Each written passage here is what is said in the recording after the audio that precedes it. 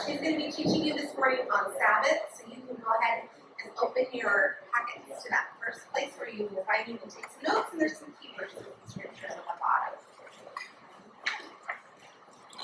Actually, let me go ahead and pray for us before we get started with the new word. Heavenly Father, we just thank you for this incredible opportunity to just set aside time today to be here, to have fun, to just study your word, and to just be encouraged by what you've told us to do.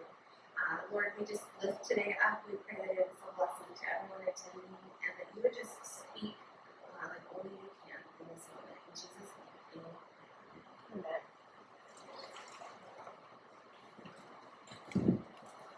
So I brought out my better half here because I didn't want to be up here by myself. I bring you all in, twisted his arm, and said, "You got to be part of this too." So anyway, this is Jonathan, my husband. Hi, Jonathan. Everybody just knows me as Kathy's husband. But I do have a name.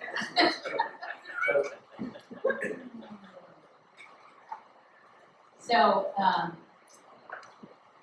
I just want to say before we start on this is that we're going to be talking about the holy habit of Sabbath. And we've been talking a lot about it and knowing that we have not perfected it at all. But we've been doing a lot of reading about it and studying and seeing what God's word says about it. So I just want to preface that. And the things that we share, we're really doing it as like we're in the process of learning this ourselves.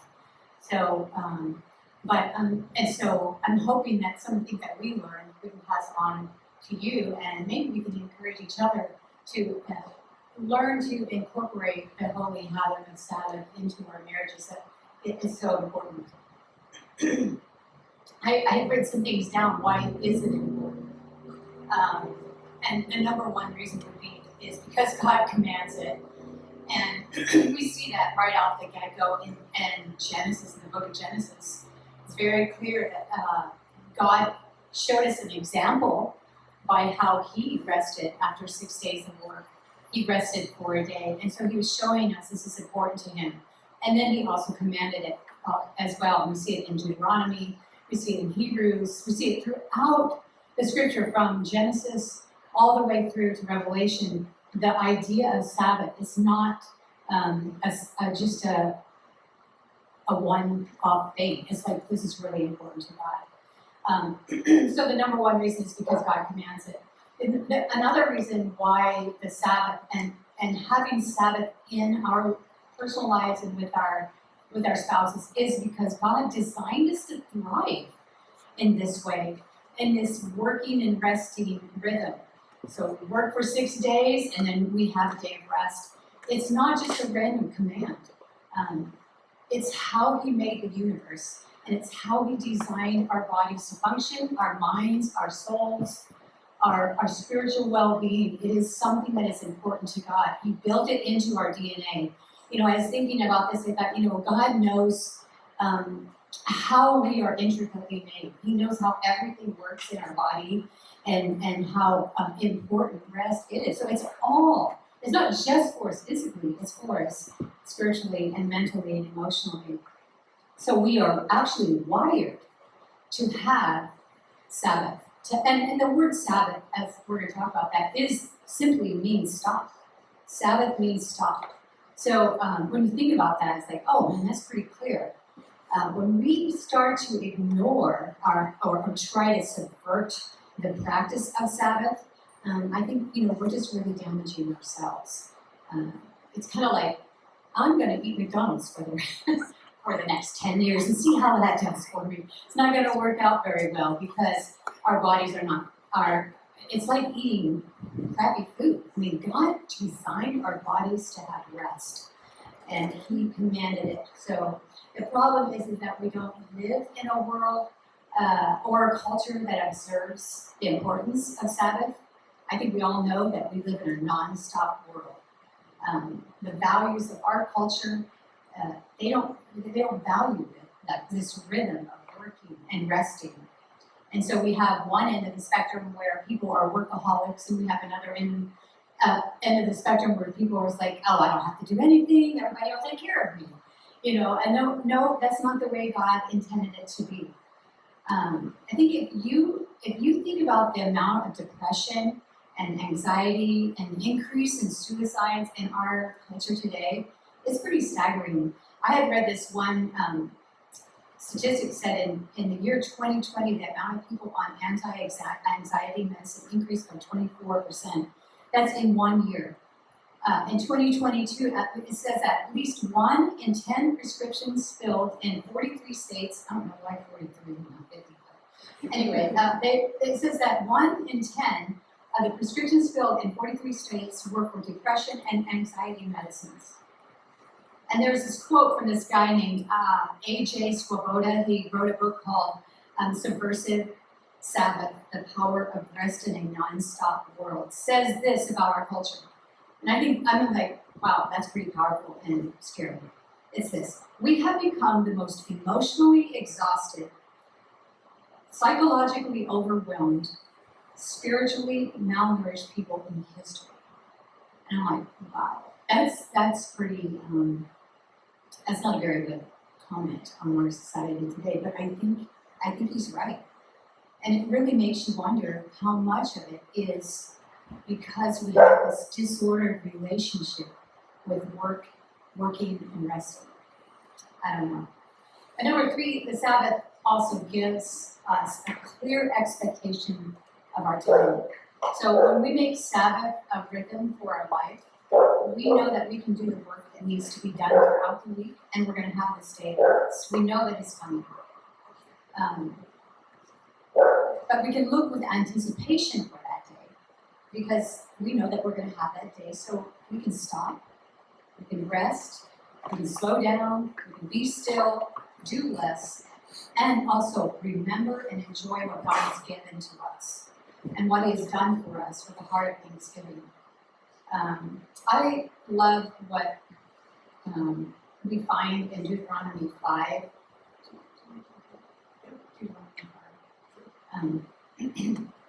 He's going to look it up. Deuteronomy 5, 12 to 15. It's such an interesting thing because when I was studying this, and Jonathan and I were talking about that, I thought it was so interesting that God doesn't just command His people to stop working, but He commands everyone to stop working. So, can you read that? 12 to 15? Yeah. Observe the Sabbath day to keep it holy as the Lord your God commanded you. 6 days you shall labor and do all your work, but the 7th day is the Sabbath of the Lord your God. And in it you shall do no work, you or your son or your daughter or your male servant or your female servant or your ox or your donkey or any of your cattle or your sojourner who stays with you, so that your male servant and your female servant may rest as well as you. And you shall remember that you were a slave in the land of Egypt, and the Lord your God brought you out there by the mighty hand and by an outstretched arm. Therefore the Lord your God commanded you to observe the Sabbath day. Oh, we were talking about it on the way out here.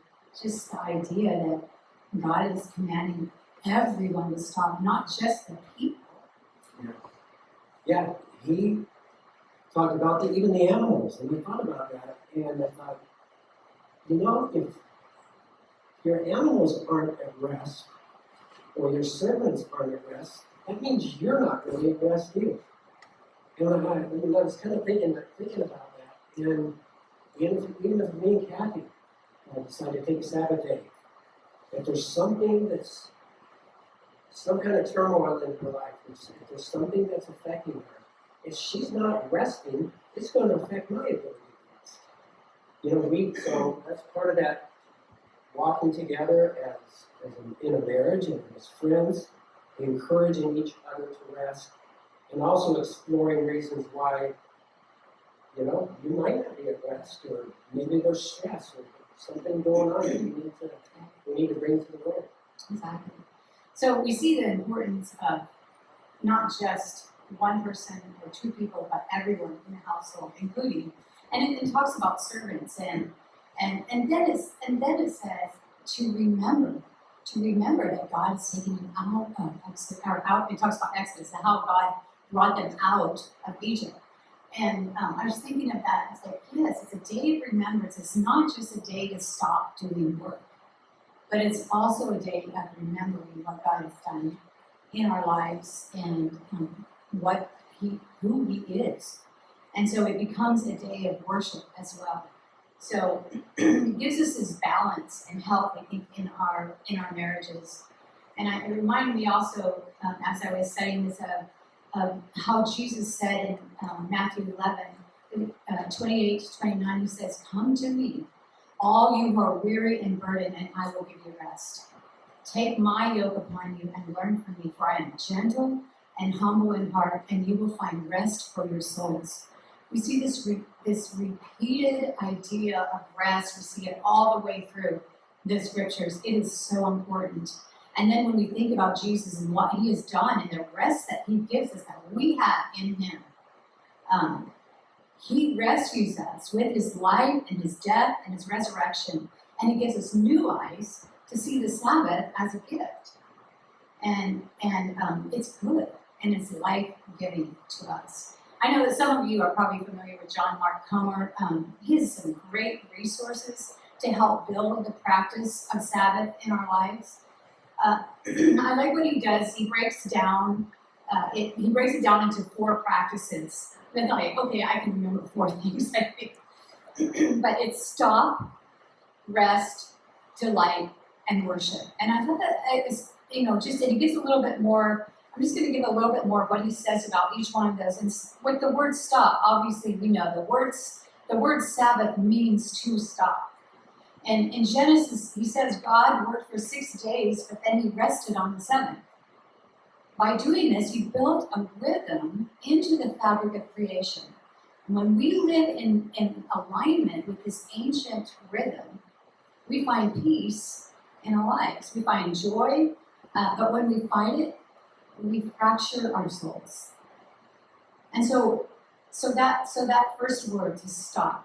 And then the next thing is to actually rest. You stop your working, but you actually rest. And He says, we hear about Sabbath rest, and we imagine sleeping all day, or taking the day off to chill.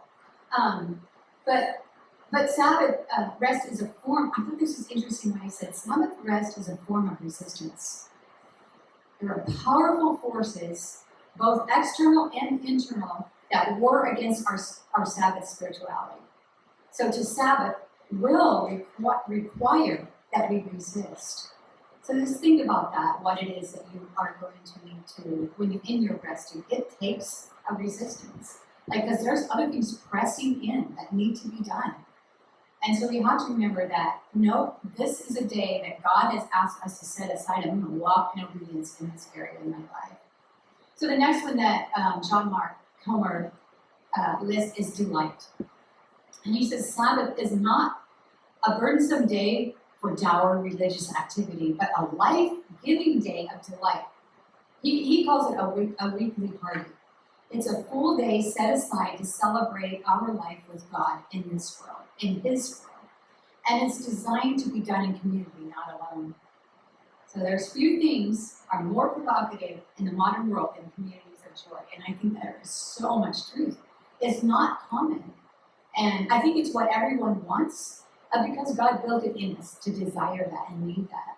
And so it is not to be done alone. It's to be done together in community, starting in our marriages and with our families. And then finally, the last one is worship.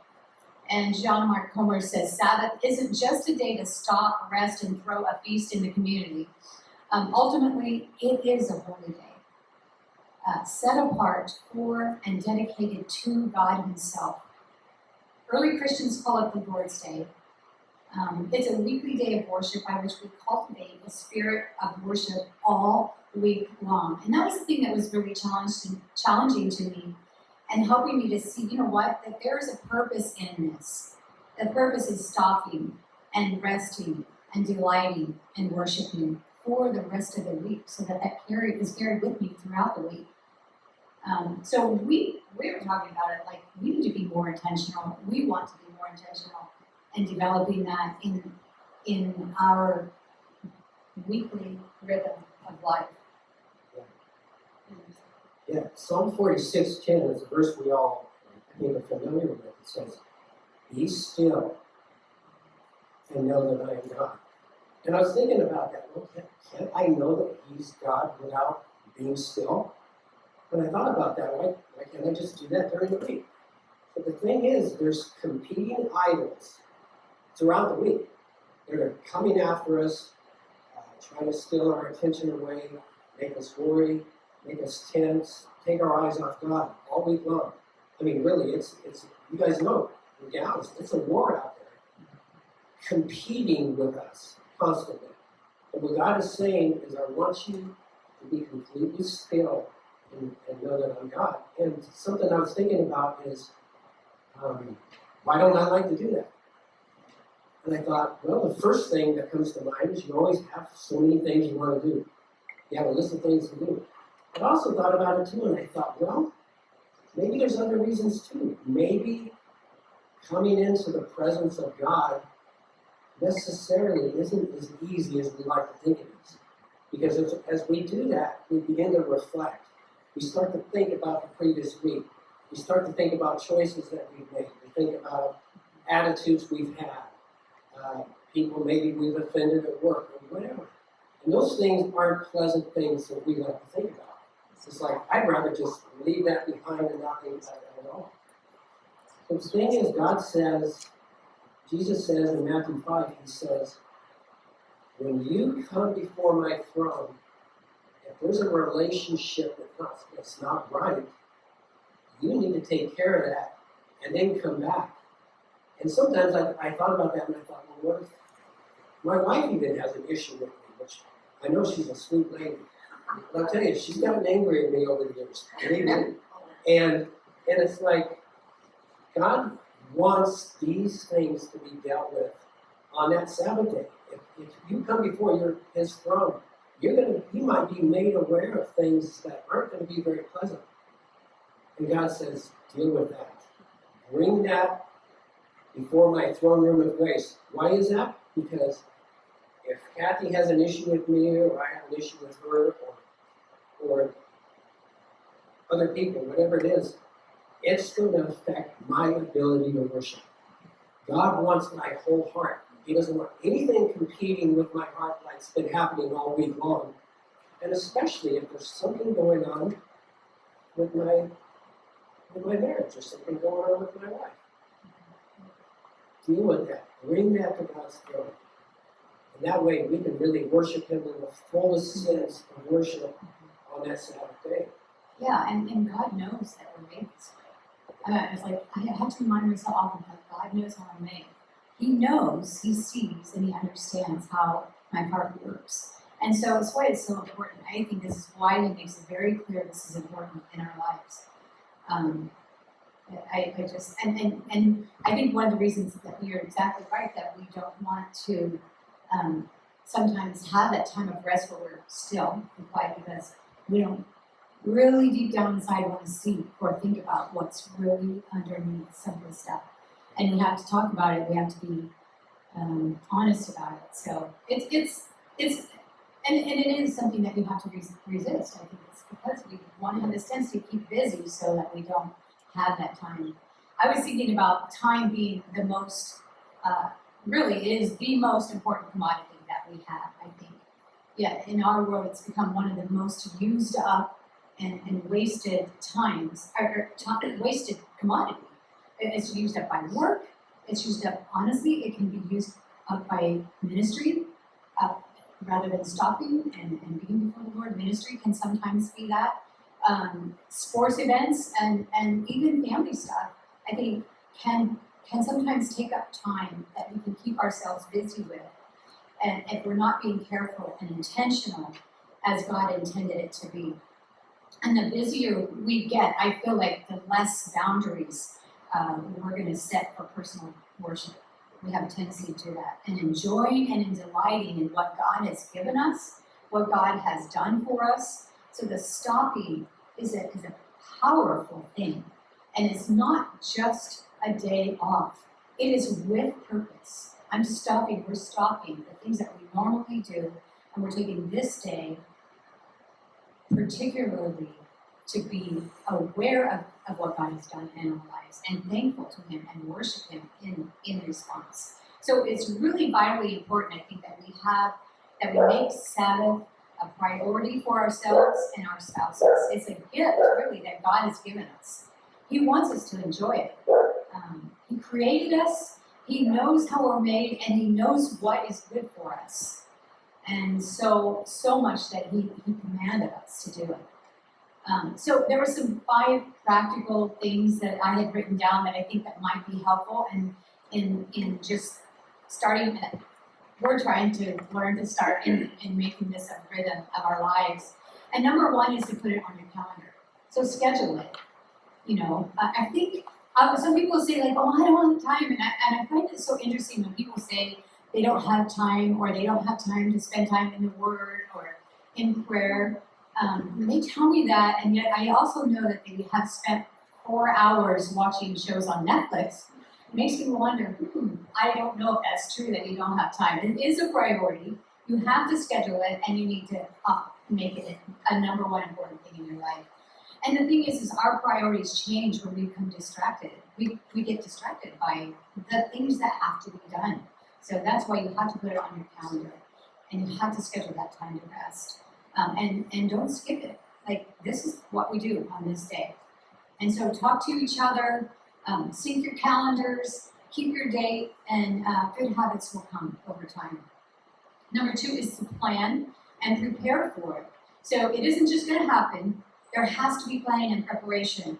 If you're taking a day off just to be like restful for not just you, but for your spouse, for your kids, for everyone in the family, you're going to have to prepare because there's things that have to be done. So you're thinking together what needs to be done. If there's emails you have to answer, or if there's cooking that needs to be done, do all those things ahead of time so that on that day, everyone is able to rest. It isn't just, someone's doing a lot of work to make everybody else so they can rest.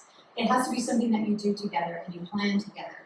And if your spouse is feeling overwhelmed, talk about it. Offer to help them. God did ask us to serve each other in marriages, so that's a great way to do that. And number 3 is to try something new together. So hey, I don't know if you've never gone hiking, go on a hike, or I don't know, go on a drive, whatever it is, something new. That sometimes is a good thing to do. Sometimes a day of rest can just be, it can just be doing nothing and just resting at home and hanging out at home. But sometimes it's good to do something new and different together. So that's another thing that you can do. And so part of the beauty of having a spouse that wants to come alongside you is that one person to enjoy life with and create memories with. Another one is place importance on intimacy. It's really, really important, I think, because without intimacy, marriages are not going to do well. They're going to suffer. And I'm not just talking about sex, although that is obvious and an important way to stay intimately connected to your spouse. But I know that Jonathan and I, we love to go sit on our back porch or our front porch, depending where it's cool enough or warm enough, and just talk. So having long conversations is for me anyway. I think it is for Jonathan and I. You can both. It's like that is also a very important part, an intimate part of building relationships. And that also is very restful for us. It could be praying together. It could be taking a walk or even cooking something together. We haven't done much of that. Yeah. He goes out and does the grill. And we do salad together, so that's not how it works. But, What's funny though is, for years, there were certain things that were my responsibilities and her responsibilities. Everything outside was mine, and inside was pretty much hers, but I helped with lots of stuff inside the house. he makes the bed every day. Just But here's what's funny is, we do everything together. And I mean, it could be putting something together, it could be doing a little project out in the yard. And these are things that were off limits to her for years. And it's really funny because when we do things together, it's a challenge for me. Because it's a challenge for my pride. Because she makes suggestions for me as we're doing stuff in the yard or as we're putting something together. And it's like, if I wanted suggestions, I would have read the direction. You know what I mean? And a lot of times she's right. Really. I'm serious. I mean, she just comes out and starts saying, why don't you do this? Why don't you try this? And I'm thinking, this is not something I'm used to. I mean, my dad wasn't a chauvinist, but he did everything in the yard, and my mom did everything in the house. So it's really cool because we can look at things that we have done together and remember that. Yeah. I mean, I can name probably at least 5 or 10 things where she helped me and challenged me. But yeah, I look at that now and I think, that is so cool. I mean, I was looking the other day, something we did on the patio. And we did that together. And you may not think that's a big deal, but it is. It's a big deal because we get to know each other and things like my pride as a man is challenged, which is a good thing.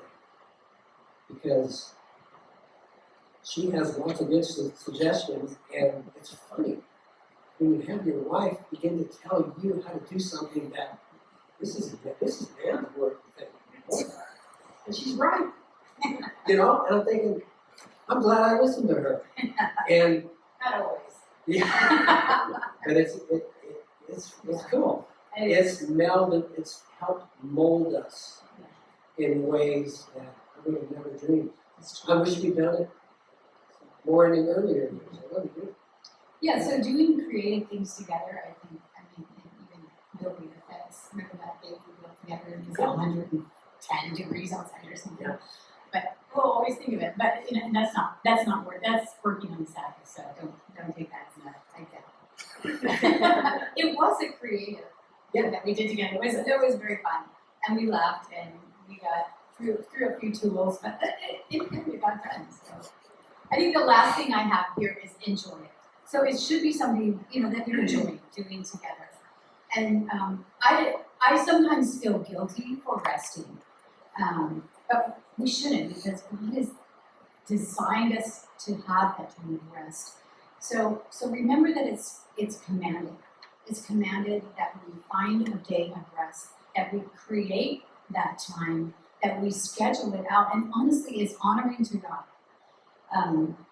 I'm listening to what he is saying. Like he's saying this is important, and when we decide to do that, it is honoring to God, and it's going to increase joy in our life. But it's something that we should enjoy. God did, after all. He did it all. And what is good of our hard work, now I'm getting all this stuff. After all, what good is all of our hard work if we never take the time to rest and enjoy it and be thankful for it and remember who he is and what he has done and what he is doing currently in our lives. Taking a Sabbath with your spouse should be restful. It should be enjoyable, and ultimately it should be something that you look forward to. So I would just encourage you, if you haven't been practicing it consistently, to maybe explore that for yourself and with your spouse, and then get started. Carve out that time in your schedule. Talk to your spouse and plan and prepare and get going. Maybe encourage someone else to do it and maybe do it together. Say, how are you guys doing with that? So that there's some accountability. Yeah, Ephesians 5:20. Before it gets into all the responsibilities of a husband and a wife, it says, "Be subject to one another in the fear of the Lord." And I think that verse actually is kind of a linchpin for what follows, the responsibilities of a man and the responsibilities of a wife. Because as we sit together and we give reverence to God, we just worship him and allow him to just take precedence for us. We begin to meditate on his thoughts, on his word, and that becomes a part of you. You begin to think over time, you start to think, this is what God would think about this. And this is what he would say about this, which is the kind of relationship I want to have with my wife. And it's happening more and more over the years. I start to think that's how Kathy would answer that question. or this is how she would feel about this. And I start to think, and I begin to know how I can become close enough with her to begin to understand how she thinks. And that's the kind of relationship I want with God, because as I do that, it enables me to be subject to her and her to become subject to me. Yeah. So we are going to break for 15 minutes. Can we just close with quickly in prayer and then? Okay, you don't have to.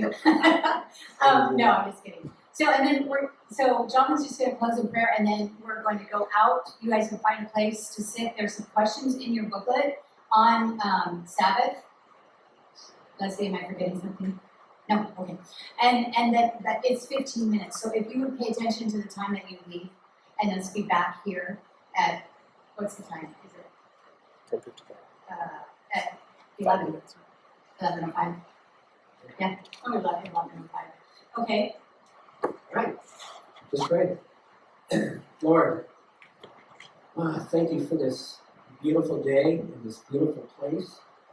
And I just ask, Lord, that your Holy Spirit would just come upon us here as we meet together with the one that you have brought together with us, that you formed to be our wives and our husbands, Lord. And I just pray that you would be glorified.